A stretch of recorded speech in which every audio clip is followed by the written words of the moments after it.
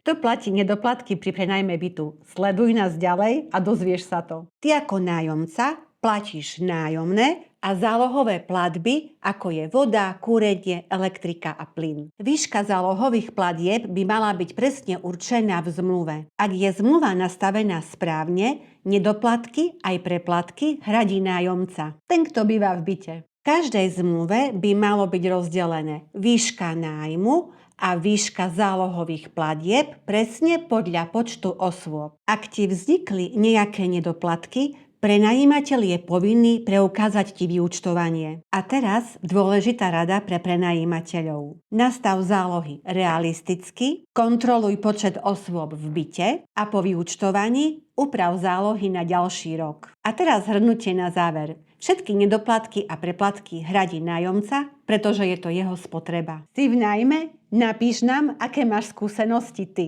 Pamätaj, že vždy všetko stojí a padá na správne napísanej zmluve.